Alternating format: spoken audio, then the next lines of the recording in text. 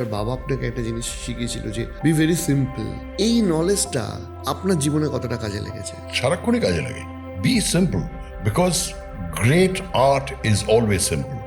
কোনো আর্টিস্টিক জিনিস যদি খুব কমপ্লিকেটেড হয় তাহলে দর্শকের কাছে পৌঁছয় না। দর্শকের কাছে পৌঁছলেও দর্শক সেটা বোঝার চেষ্টা করে, না বুঝতে পারলে তার ইন্টারেস্ট চলে যায়।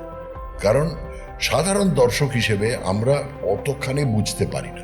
আমি দেখেছি আমার ভালো লেগেছে কি ভালো লাগেনি। লালমোহন বাবুর ওই আরে তंग मत करो, बहुत हो गया, काफी हो गया, ज्यादा हो गया, जाओ, तंग मत करो, काफी हो गया, ज्यादा हो गया, जाओ। ওই যে ব্যাপারটা, এটা কিন্তু সাংঘাতিক একটা আর্টিস্টিক কোনো ব্যাপার নয়, কিন্তু ইট টাচেস ইউর হার্ট বিকজ একটা সাধারণ মধ্যবিত্ত বাঙালি যারা ঠিক ওই ধরনেরই ব্যবহার করে এবং they are very clean at heart.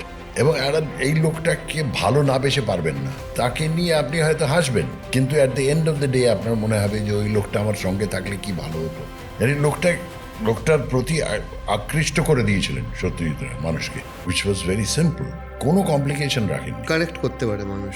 Connect করাটা ইজি হয়ে যায়। সেই জন্য বলছি great art is always simple.